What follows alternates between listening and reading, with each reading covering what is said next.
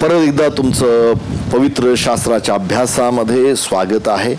प्रियांनो, आज आपण जो विषय मी हाताळत आहे, सोडून देऊ नका, डू नॉट क्विट, सोडून देऊ नका, माघार घेऊ नका. देवबापाची इच्छा नाहीये की आम्ही कुठल्या बाबतीमध्ये माघार घ्यावी. आपण इब्री लोकासपत्र याचा 10वा अध्याय आणि 38 आणि 39 2 वचन वाचून ऐकूया. माझा नीतिमान मनुष्य विश्वासाने जगेल, तो जर माघार घेईल तर त्याच्याविषयी माझ्या जीवाला संतोष वाटणार नाही.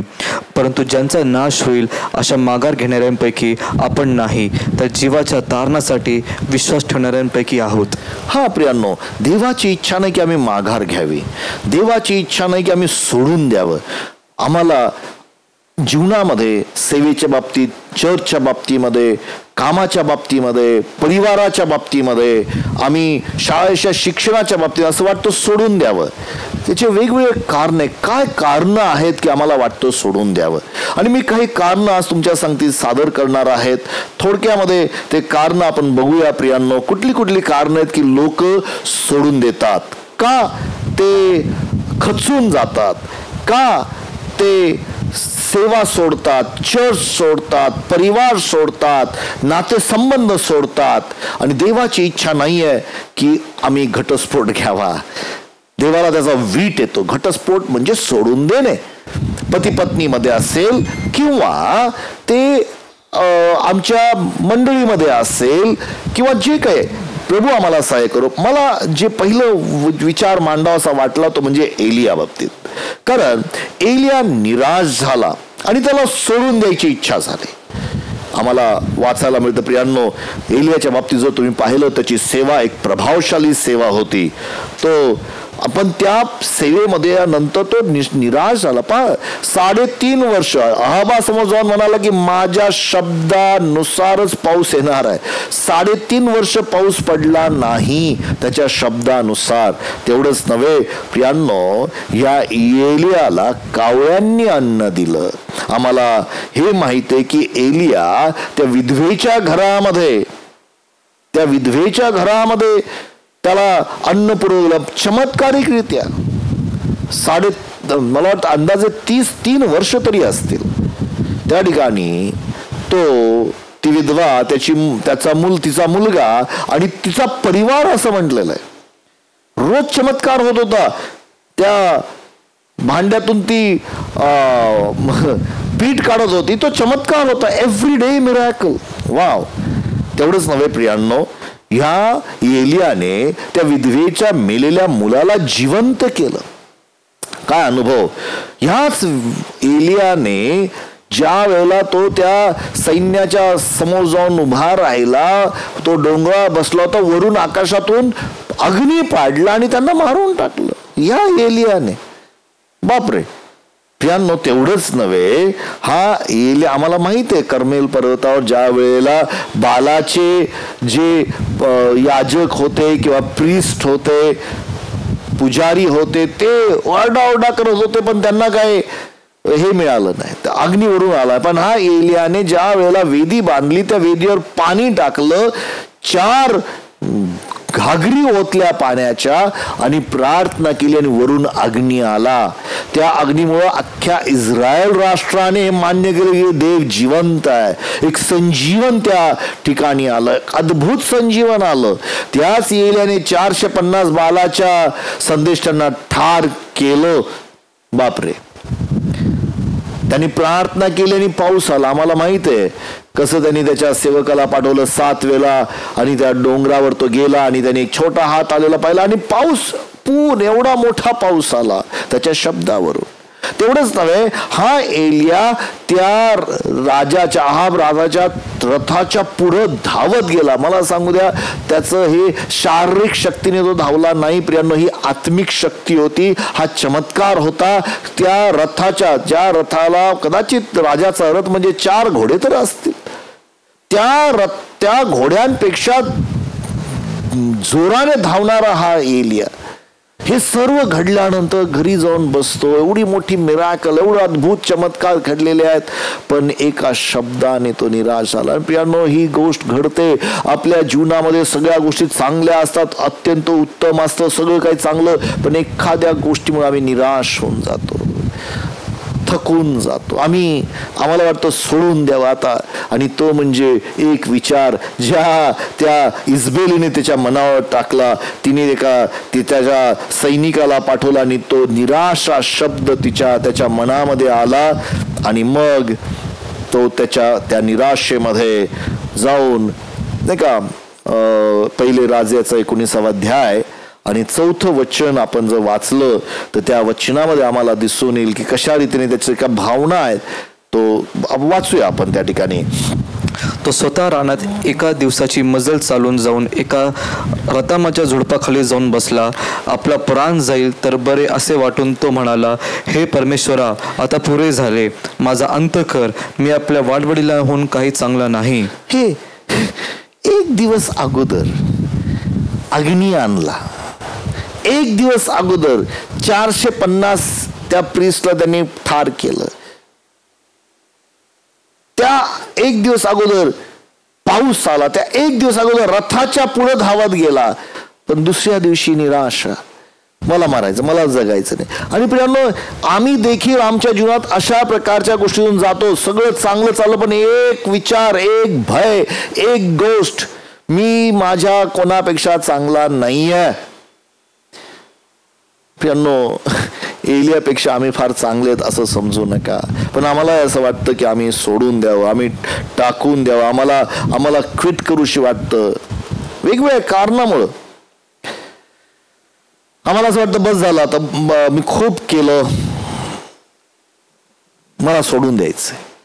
प्रियांनो, मी कधीतरी काही दिवसापूर्वी थॉमस एडिसनची स्टोरी वाचत होतो आणि त्या थॉमस एडिसननी बल्ब मधला जो फिलामेंट असतो तो त्याची शोध लावला. आणि असं त्या ठिकाणी लिहिलं, आता ते किती खरं माहित नाही, पण त्याने 6000 वेळेला प्रयोग केले वेगवेगळ्या गोष्टीच्या द्वारे. वेगवेगळ्या तारा वापरल्या, स्टील वापरलं, जर्मन वापरलं, त्याने झाडांची पानं काय सगळं वापरून तो म्हटला नाही, लाईट लागणार आहे फिलामेंट बनवण्यासाठी. सरतेशेवटी 6000 वेळेला तो बल्ब आणि प्रकाश दिला. विचार करा, जर त्याने सोडून दिलं असतं तर आज आम्ही प्रकाश पाहिला असतो. आज आम्ही प्रकाशामध्ये राहतो, प्रकाशाचा वापर करतो, किती गोष्ट चांगली गोष्ट आहे. पण जर थॉमस एडिसनने ते सोडून दिलं असतं तर काय झालं असतं, आम्हाला यश मिळालं. प्रियांनो, आज तुम्हाला मी एक गोष्ट सांगतो, कदाचित तुम्हाला असं वाटत असेल की सोडून द्यावं, बस झालं, ठीक, मला नाही वाटत, मी बस झालं, थकलो. प्रियांनो, आज मी तुम्हाला एक गोष्ट सांगतो, नका सोडू. देवाची इच्छा की तुम्ही यशस्वी व्हावं, परमेश्वराची इच्छा की तुम्ही यशस्वी व्हावं. आणि तेच या ठिकाणी प्रभू म्हणतो, माझ्या जीवाला संतोष होणार नाही जर तुम्ही माघार घेतली तर.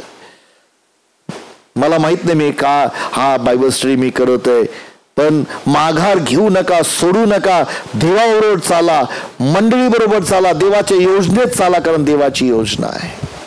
पहिलं कारण एलियाच्या तो निराशा येते.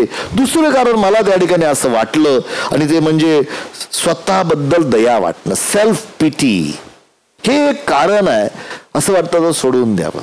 जर तुम्ही एलियाच्या जीवनामध्ये जर पाहिलं तर पहिले राजाचा 19 अध्याय आणि 9 आणि 10 वचनामध्ये, पहिले राजे याचा 19 अध्याय 9 आणि 10 वचनामध्ये आम्हाला एलिया स्वतःबद्दल काहीतरी विचार करत आहे. वाचूया आपण ते काय म्हटलेलं आहे.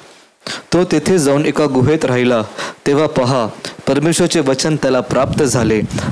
तो त्याला म्हणाला, एलिया, तू इथे काय करीत आहेस? तो म्हणाला, सेनाधीश देव परमेश्वर ह्याच्याविषयी. तो एलियाला परमेश्वर, तू इथं काय करत आहेस? आणि मला प्रश्न पडला. ऍक्च्युली तुम्हाला माहिती आहे, जेव्हा एलिया निराश झाला होता, प्रियांनो, देवाची इच्छा, देव किती त्याची काळजी घेतो बघा. आज जर तुम्ही निराश असाल तर तो परमेश्वर तशीच काळजी घेतो. देवाने आपला देवदूत पाठवला, त्याला भाकर दिली, त्याला सुरईमध्ये पाणी दिलं, एलियाला उठवलं झोपेतून, उठ, खा. हे एकदा नाही, दोनदा. तुला मोठा प्रवास करायचा आहे. देव त्याची काळजी घेत होता. पण हा एलियाला असं वाटलं की बाबा प्रवास करायचा आहे म्हणजे मला देवाच्या डोंगरावर जायचं. आणि हा एलिया हा देवाच्या डोंगरावर गेला. प्रियांनो, ऍक्च्युली देवाची योजना नव्हती की तो देवाच्या डोंगरावर जावं. आणि म्हणून त्यांनी प्रश्न, तू इथं का आलास? मग तो डोंगरावर गेला. तिथंच नव्हे, तो जाऊन एका गुहेमध्ये बसला. त्याला वाटलं मग गुहेमध्ये मी सुरक्षित राहील. शेवटी देवाला त्या गुहेतून त्याला बाहेर बोलावं लागलं. आज परमेश्वर तुम्हाला देखील ह्या सेल्फ पिटीच्या स्वतःच जीवनाकडे बघण्याच्या प्रियांनो, त्या स्वतःवर दया करण्याच्या त्या याच्यातून बाहेर काढत आहे. देवाची इच्छा आहे तुम्ही बाहेर यावं आणि देवाने तुम्हाला सांगते बोला, बाहेर आहे, तू इथं का आलास? मग एलिया त्यांना सांगतोय वचन 10 मध्ये ना, एलिया बोलत आणि ते आपण ऐकूया प्रियांनो, फार महत्वाचं आहे ते. तो म्हणाला, सेनाधीश देव परमेश्वर ह्याच्याविषयी मी फार ईर्ष्यायुक्त झालो आहे, कारण इस्रायल लोकांनी तुझा करार पाळण्याचे सोडले, तुझ्या वेद्या मोडून टाकल्या, तुझे संदेश तलवारीने वधले. मीच काय तो एकटा उरलो आहे आणि आता ते माझाही जीव घेऊ पाहत आहेत. पहा, या ठिकाणी तो स्वतःबद्दल, इस्रायल लोकांनी असं केलं, इस्रायल लोकांनी मोडलं. आणि प्रियांनो, हे एक कारण जेव्हा आम्ही स्वतः आणि स्वार्थ आणि स्वतःकडेच लक्ष देतो ना, की मी एकटाच आहे, बाकीचे सगळे लोक आरामशीर आणि सगळे फार चांगलं चाललेलं आहे. प्रियांनो, याचं कारण देखील खूप वेळा असं आहे की आम्ही त्या फेसबुकमध्ये बघतो आणि लोक त्या फेसबुकमध्ये फक्त आपली चांगली बाजू मांडतात. कधी सुद्धा कुठलाही व्यक्ती आपल्या जीवनातली समस्या मांडत नाही की मी अशा प्रकारातून, अशा मी त्रासातून चाललेलो आहे, माझ्या जीवनामध्ये सर्वांना मी कारमधून फिरत आहे, मी हिमालयामध्ये गेलेलो आहे, मी उटीमध्ये गेलेलो आहे, तिथलचे फोटो, मी जेवताना एवढ्या 5 स्टारमध्ये जेवते त्याचे फोटो, हे सर्व टाकायला सर्वांना आवडतं. पण स्वतः कष्टातून चाललेलं आहे, त्रासातून चाललेलो आहे असं कोणी टाकत नाही. आणि ज्यावेळेस आम्ही त्याकडे बघतो आणि आम्हाला मी एकटाच आहे, बाकी जग सगळं आरामशीर चाललंय, सगळं व्यवस्थित चाललंय, मी एकटाच. आणि ही सेल्फ पिटी आहे प्रियांनो, स्वतःबद्दल वाटणारी एक गोष्ट. आणि देवाची इच्छा नाहीये तुम्ही त्यातून जावं, कारण त्यामुळं तुम्ही सोडून द्यायचा विचार करता. मी एकटाच त्रासून चाललोय, माझ्या जीवनामध्ये ही समस्या, हा जो मोह, हा जी परीक्षा आहे, मी एकटाच त्यातून चाललोय, मला आर्थिक अडचण आहे, मला कॉलेजला ऍडमिशन मिळत नाहीये, मला हे मी नाही प्रियांनो, असे हजारो लोक आहेत. त्यातून बाहेर या. देवाला तुमच्यासाठी काहीतरी उत्तम करायचंय. मला तुम्हाला सांगू द्या, देवाच्या मनात तुमच्याबद्दल खूप चांगल्या योजना आहेत. काही लोक आपला व्यवसाय सोडून देतात, मी एकटा त्रासातून. नाही प्रियांनो, मोठमोठ्या व्यावसायिकांना अशा त्रासातून जावं लागलं. देव परमेश्वर काय म्हणतो 18 वचनामधून, पहिले राजे याचा 19 18 वचन. तरी पण इस्रायलातील ज्या 7,000 बाल मूर्तींपुढे गुडघे टेकले नाहीत व ज्या प्रत्येकाने मुखाने त्यांचे चुंबन घेतले नाही, त्यांना मी वाचवीन. ऐक, तू एकटा चाललेला नाही. या प्रसंगातून 7,000 लोक इस्रायलमध्ये ज्यांनी गुडघे टेकलेले नाहीत. माझ्या भावांनो बहिणींनो, तुम्ही देखील आणि मी देखील ज्या प्रसंगामधून जातो, कधी कधी सेल्फ पिटी आणि वेगवेगळ्या कारणामुळं, ओके, आणि हे सैतान टपलेलं आमच्या मनामध्ये स्वतःकडे लक्ष केंद्रित करणं, स्वतः मी माझं काय, ओके, दुसऱ्यांची काळजी नाही, मला माहिती आहे. काही दिवसापूर्वी एक भाऊ माझ्याजवळ आला आणि म्हटला, नाही मला असं वाटत नाही मी चर्चला यावं. का रे म्हटलं, कोणीतरी काहीतरी त्याच्याबद्दल बोलला आणि त्याला असं वाटलं हे सगळं लोकांना समजलेलं, सर्व लोकांना कळालं की मी असा आहे आणि मी तसा वागलेलो नाही पास्टर. आणि म्हटलं नाही रे, कोणालाच माहिती नाही. पण ज्यावेळेस ही जी सेल्फ अवेअरनेस किंवा स्वतःबद्दल वाटणारी जी गोष्ट आहे ना, की सगळ्यांना माहिती आहे की मी असं वाग. माझ्या भावांनो बहिणींनो, आज तुम्हाला मी त्यातून बाहेर या. तुम्हाला मला संगतीची गरज आहे. तुम्हाला मला स्वतःबद्दल नव्हे तर आमचं लक्ष स्वतःपासून देवाकडं आणि सेवा करण्याकडे जायला पाहिजे. Do not quit. जेव्हा ही सेल्फ पिटी येते ना, असं वाटतं सोडून द्या, बस झालं. आणि सैतान तेच करतो. अरे तुझं काय, सैतानी लोक सगळं करतोय, चर्च करतोय, पण तुझ्या जीवनाचं काय, तुझ्या व्यवसायाचं काय, तुझ्या परिवाराचं काय? अरे हा व्यवसाय, हा परिवार, तुझं जीवन हे येशूमुळे स्थापित होणारे होत आहे आणि येशू तुला आशीर्वादित करत आहे. प्रभू करो तुमच्या त्या गोष्टीकडं. प्रिय, दुसरी अजून एक गोष्ट मी जी अनुभवलेली, का लोक माघार घेतात किंवा सोडून देतात, त्याचं कारण म्हणजे थकवा, टायर्डनेस. थकून जातं. जेव्हा आपण थकून जातो प्रियांनो, असं वाटतं की बस झालं, नको आता, मला नाही करायचं, बस. याचं कारण ते जीवनामध्ये योग्य विसावा घेत नाहीत, योग्य आयोजन करत नाहीत. मी एक उदाहरण देऊ इच्छितो. दुसरे शमूएलाचा 21वा अध्याय आणि 15 ते 17 वचनामध्ये त्या ठिकाणी दाविदाच्या जीवनाबद्दल एक महत्वाची गोष्ट आम्हाला वाचायला मिळते. दुसरे शमूएलाचा 21वा अध्याय 15 वचन आपण वाचूया. पलिष्ठ्यांनी इस्रायल लोकांशी पुन्हा युद्ध केले. तेव्हा दावीद आपले सैनिक बरोबर घेऊन पलिष्ठ्यांशी लढला. त्या प्रसंगी दावीद थकून गेला. दावीद थकून गेला. He was tired. आणि ज्यावेळेस एखादा व्यक्ती थकून जातो ना प्रियांनो, त्यावेळेस शत्रू सैतान त्याच्यावर हल्ला करण्यासाठी फटकन येतो. आणि म्हणून तुम्हाला थकता कामा नये. तुम्ही दरवेळेस तुम्ही विसावा घ्यायला पाहिजे. म्हणून परमेश्वराने शब्बात दिवस ठेवलेला आहे.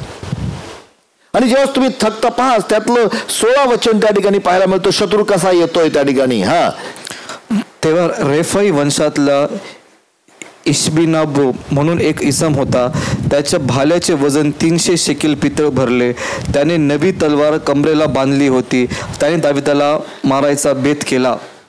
हालेलुया. या ठिकाणी असं म्हटलेलं आहे, तो रफाय कुठल्या याचा होता, तो रफाई वंशातला. रफाई जायंट, तो राक्षसी वंशाचा होता.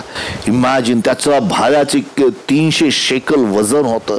त्याची तलवार नवीन होती आणि तो आला हल्ला दाविदाला मारून टाकण्यासाठी. प्रियांनो, ही खरी गोष्ट तुम्हाला सांगतो. जेव्हा तुम्ही थकता, सैतान तुम्हाला निराश करून तुम्हाला पूर्णपणे नेस्तानाबूद करू इच्छितो. सैतानाचा अटॅक त्या ठिकाणी होतो, हल्ला होतो. आणि म्हणून तुम्हाला प्लॅन करायला पाहिजे, तुम्ही थकून जाऊ नये. हे थकण्यामुळं कितीतरी वेळा असं वाटलं, बस झालं, नको आता, मला सोडून द्यायचं, मी थकलो, बस झालं. पण जर तुम्ही तोच विसावा घेतला, शब्दात प्रभूच्या सानिध्यामध्ये थांबायचा निर्णय केला, तुम्ही, मला माहिती आहे देवाचं वचन सांगतं ना, यशाच्या 28 अध्यायाचं 10 ते 12 वचनामध्ये, मी यांना सांगितलं हे परक्या भाषेमधून ते बोलतील आणि त्यांना विसावा प्राप्त होईल. थकू नका, परमेश्वर विसावा देण्यासाठी येतं. पण ह्या ठिकाणी 17 वचन फार महत्वाचं आहे. आपण वाचूया 17 वचन काय झालं. अभिषाय तिथं आलेला आहे. 17 वचन, सेम चॅप्टर, 2 शमूएल, दुसरे शमूएल याचा 21वा अध्यायाचं 17 वचन.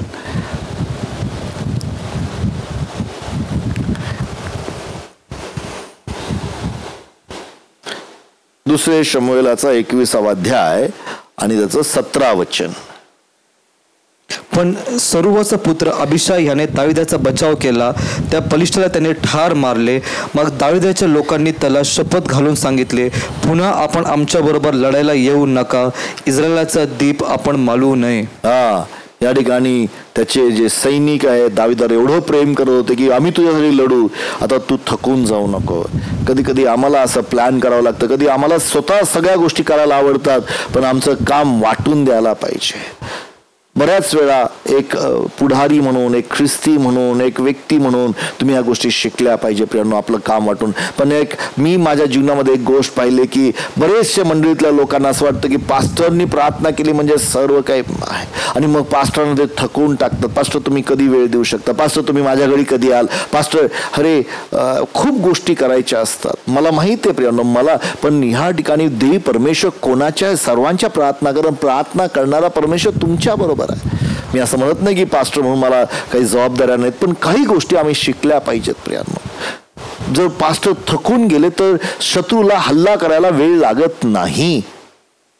या ठिकाणी दावीद थकून गेला, आणि पण देवाची स्तुती असो, दावीद टीम मध्ये होता. आम्हाला टीमची गरज आहे, कोणीतरी युद्ध करण्याची गरज आहे, त्या सैतानाविरुद्ध उभा राहायची गरज आहे. माझ्यासाठी दुसरा कोणीतरी उभा राहायला पाहिजे. आम्हाला एकमेकाची गरज आहे.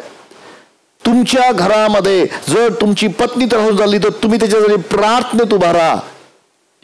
तुमच्या गटामध्ये जर कोणी त्रासून चाललं, तुम्ही त्यासाठी प्रार्थनेत उभे राहा, कारण युद्ध तुमचं नव्हे तर परमेश्वराचं, पण कोणीतरी मध्यस्थी करायला उभं राहायला पाहिजे.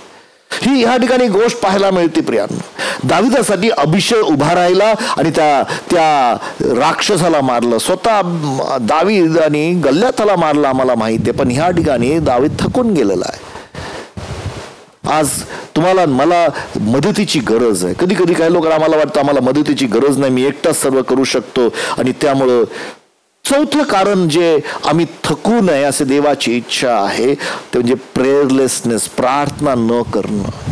जर आम्ही प्रार्थना नाही केली प्रियांनो, आपण वाचूया लुकाचं शुभवर्तमानाचं 18व्या अध्यायाचं पहिलं वचन, ज्या ठिकाणी प्रभू येशू ख्रिस्त आपल्या शिष्यांना एक महत्वाचा संदेश देतो.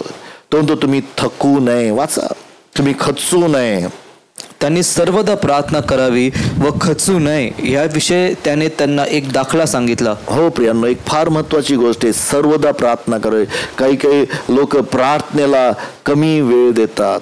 त्यांच्या स्वतःच्या श्रमाला, स्वतःच्या कष्टाला, स्वतःच्या ज्ञानाला, स्वतःच्या बुद्धीला ते महत्व देतात आणि प्रार्थनेला कमी.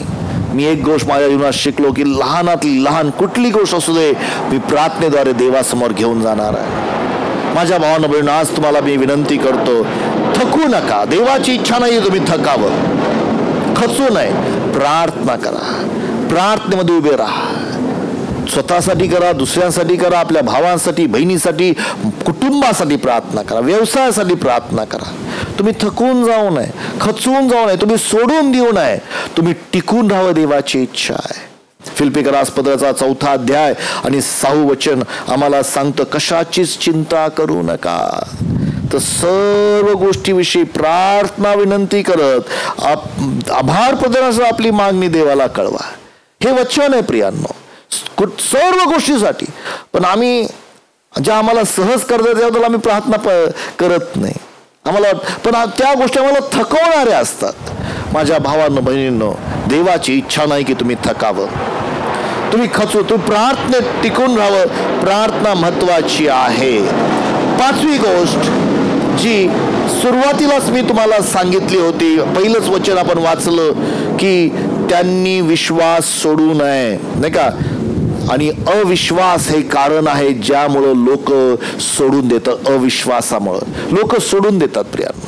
ते टिकून राहत नाहीत, ते खचून जातात, ते माघार घेतात, ते चर्च सोडतात, ते परिवार सोडतात, पती पत्नी मधले संबंध सोडतात, घटस्फोट घेतात, ते थकून जातात, कारण ते विश्वास ठेवत नाही. प्रियांनो, नुसती प्रार्थना नाही, त्याच्यात तुम्ही प्रार्थना करता, दे त्या प्रार्थनेचं उत्तर देणारा परमेश्वर आहे. अविश्वासामध्ये जीवन जगू नका.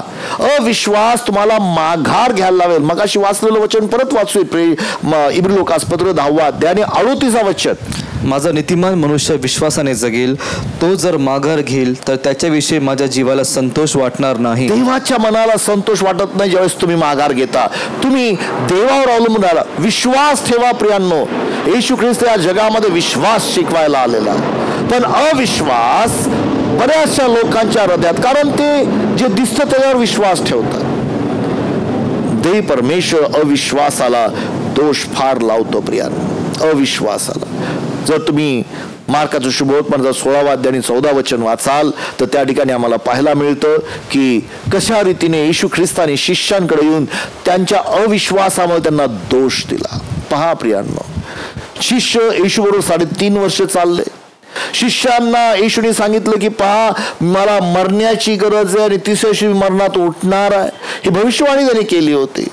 येशू उठला, त्यांनी आपले हात पाय विंधलेले दाखवले. येशूनी त्यांना प्रगटीकरण केलं, त्यांच्याबरोबर तो खाल्ला, मासा खाल्ला, नाश्ता केला, पण त्यांनी त्याच्यावर विश्वास ठेवला नाही. वचन 14 मार्क 16:14 सांगताना येशूनी त्याच्याबद्दल त्यांना दोष दिला. वाचूया. नंतर 11 जण जेवायला बसले असता त्यांनाही तो प्रकट झाला आणि ज्यांनी त्याला उठलेले पाहिले होते त्यांच्यावर त्यांनी विश्वास ठेवला नाही. ज्यांनी पाहिलं होतं उठलेले त्यांच्यावर त्यांनी विश्वास ठेवला नाही. म्हणजे त्यांनी पाहून सुद्धा. येशू ख्रिस्त तर थोमाकडे आला, म्हटलं बाबा हात लाव, अविश्वास असो नको, विश्वासी आहेस, बोट लाव. पण ह्या लोकांनी पाहून सुद्धा त्यांच्यावर त्यांनी विश्वास ठेवला नाही, म्हणून त्याने त्यांच्या अविश्वास व अंतःकरणाचा कठीणपणा यांच्याविषयी त्यांना दोष लावला. अविश्वास आला तर अंतःकरणात कठीणपणा येतो, आणि कठीणपणा आला तर कुठलंच वचन हृदयात जात नाही. सोडून दिवशी वाटतं, नकोशी वाटतं, सर्व टाकून दिवशी प्रभूची इच्छा नाही. प्रियांनो, तर आम्हाला पाहायला मिळतं 2 शिष्य मौज गावाकडे चालले होते. येशू देवाला, अरे मूर्ख, येशू त्यांना शिकवत होता. 3.5 वर्ष चालत होते त्यांच्या. आणि जे काही त्या ठिकाणी ते चालले होते, मूर्खांनो, संदेश त्यांनी, आणि जे कोणी तुम्हाला म्हणजे जुन्या काळात सांगितल्या गोष्टी माझ्याविषयी सांगितल्या, तुम्ही विश्वास ठेवत नाही त्याबद्दल. माझ्या भावानं बहिणींनो, अविश्वास या कारणामुळे बरेचसे लोक सोडून देतात. त्यांनी येशूला पुनरुत्थित झालेलं पाहिलं, पण ते सोडून चालले होते. देवाची इच्छा नाही की त्यांनी आम्ही सोडून द्यावं. येशू त्यांच्याबरोबर चालत चालत गेला, 7 मैल चालला. वाव. 6वी गोष्ट, का मनुष्य सोडून देतात.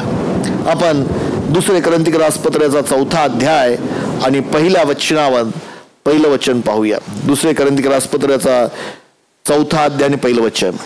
म्हणून आमच्यावर झालेल्या दयेनुसार ही सेवा आम्हाला देण्यात आली आहे, म्हणून आम्ही धैर्य सोडत नाही. हालेलुया. फार महत्वाची गोष्ट आहे.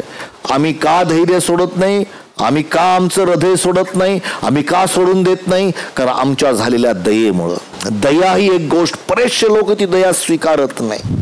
दया म्हणजे काय हो? दया म्हणजे मी शिक्षेस पात्र असताना मला शिक्षा न होणे. पॉल म्हणतो की मी शिक्षेस पात्र आहे, पण मी ती दया स्वीकारलेली आहे. बरेचसे लोक ह्या जीवनामध्ये आपल्या जीवनामध्ये चुका झाल्यानंतर ते म्हणतात, नाही मला जमणार नाही पास्टर, मला होणार नाही. अरे बाबा रे, दया स्वीकार. आम्ही सर्व शिक्षेस पात्र आहोत, फक्त त्याच्या दयेने आम्ही जीवन जगतो. दावीद महाराज म्हणतो, माझ्या जीवनातील सर्व दिवस मला कल्याण व दया लाभतील. दया म्हणजे मी शिक्षेस पात्र असताना शिक्षा न होणे. आणि माझ्या भावानं बहिणीनं, ही फार महत्वाची गरज आहे. काही लोक ती दया स्वीकारत नाही. प्रभू समोर त्या दयेने, येशूच्या नावाने फक्त आम्ही तुझ्या समोर आलोय प्रभू येशू. माझ्या चांगल्या कर्मानी नाही, माझ्या चांगल्या यशानी नाही, माझ्या कुठं नाही, येशू ख्रिस्तामुळं ही दया मी स्वीकारतो. म्हणून आमचं हृदय काय झालं नाहीये, आम्ही खचलो नाही, आम्ही धैर्य सोडलं नाही. आज देवाची इच्छा आहे की तुम्ही धैर्य सोडू नये, त्याबरोबर चालावं. प्रियांनो, अजून एक शेवटच्या 2 गोष्टी सांगतो.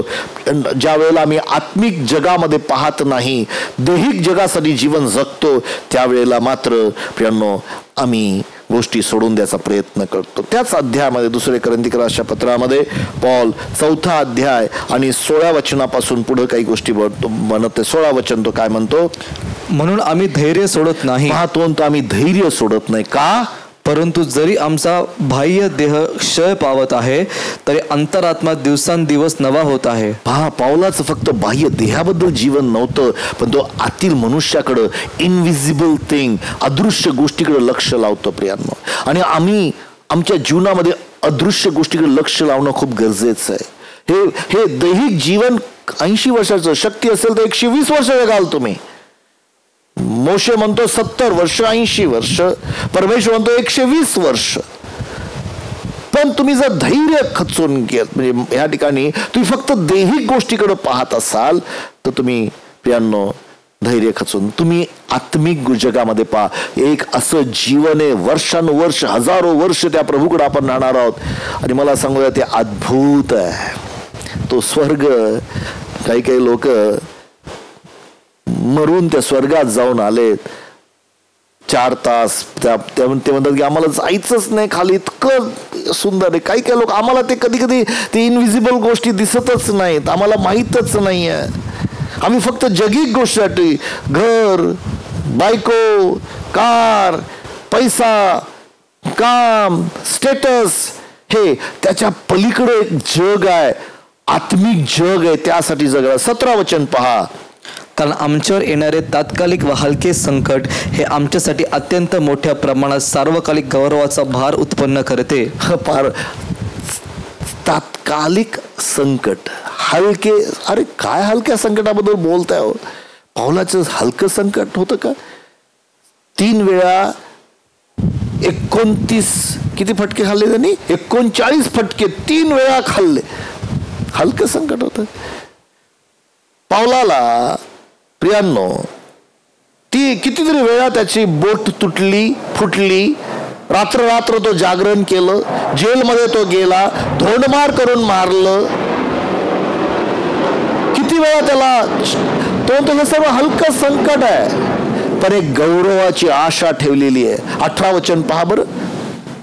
आम्ही दृश्य गोष्टींकडे नाही तर अदृश्य गोष्टींकडे लक्ष लावतो. आमेन. आम्ही दृश्य गोष्टीकडे अदृश्य गोष्टीकडे लक्ष लावतो, कारण दृश्य गोष्टी क्षणिक आहेत पण अदृश्य गोष्टी सार्वकालिक आहेत. का प्रियांनो आपण थकून जातो आणि आम्हाला वाटतं सोडून द्यावेचं? कारण आम्ही त्या अदृश्य गोष्टीकडे, इटर्नल लाईफकडे, सार्वकालिक गोष्टींकडे लक्ष देत नाही, क्षणिक गोष्टीकडे लक्ष लावतात. म्हणून आता मला सोडून द्या, बस झालं. माझ्या भावना बहिणींनो, जर तुम्हाला याबद्दल अजून वाचायचं असेल तर 2 कोरिंथ 4 अध्याय 7 ते 12 वचनामध्ये पौल आपल्या क्षणिक दुःखांबद्दल सांगत आहे. ते वाचा तुम्हाला समजेल. पण एक सरते शेवटी मला सांगू देत प्रियांनो, की देवाची इच्छा नाही की आम्ही सोडून द्यावं. जे तुम्ही पेरता ते उत्तम कापणी करणार आहात. गलतीकरासपत्र 6 अध्याय 9 वचन. गलतीकरासपत्र 6 अध्याय 9 वचन काय सांगतं पहा. चांगले करण्याचा आपण कंटाळा करू नये. चांगलं करण्याचा कंटाळा करू नये. कारण आपण न खचलो तर यथाकाळी आपल्या पदरी पीक पडेल. खचलो नाही तर तुम्ही खचू नये, सोडून देऊ नये. लक्षात ठेवा, ही देवाची इच्छा नाहीये की तुम्ही खचून जावं. प्रियांनो 6 ते 10 वचन वाचून काढा. त्या ठिकाणी पॉल पेरणी आणि कापणीचा नियम सांगत आहे. तो म्हणतो की तुम्ही आत्मिक गोष्टीमध्ये पेरणी करा.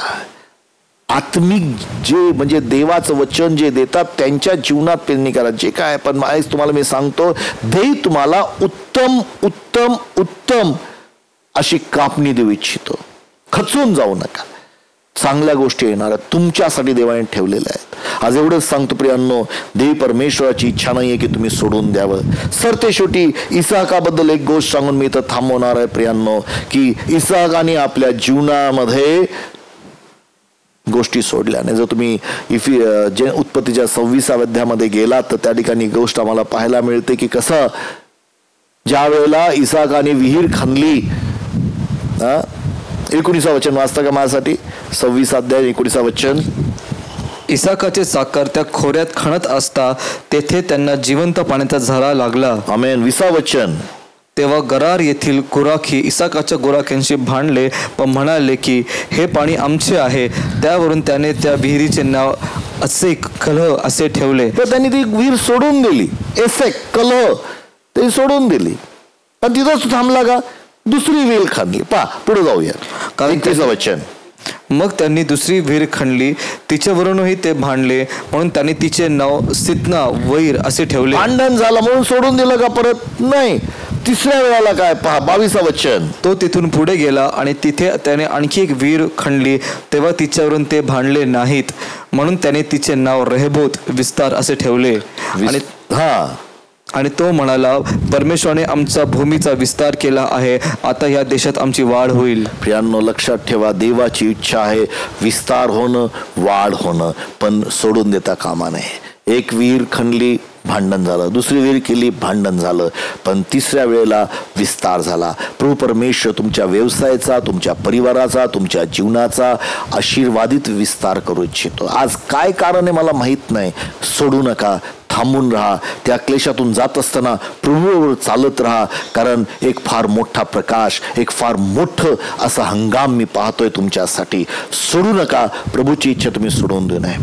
पिते, आम्ही तुला धन्यवाद देतो. माझ्या भावा बहिणींना तू कृपा दे की त्यांनी सोडू नये, टिकून राहावं. बापा, खचून जाऊ नये म्हणून त्यांना तू सहाय्य कर. येशूच्या नावामध्ये आमेन.